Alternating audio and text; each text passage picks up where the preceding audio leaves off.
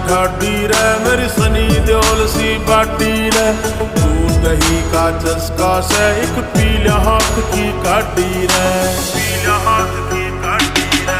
ओ हो बनाई ठाडी रे मेरी सनी देओल सी बाटी रे।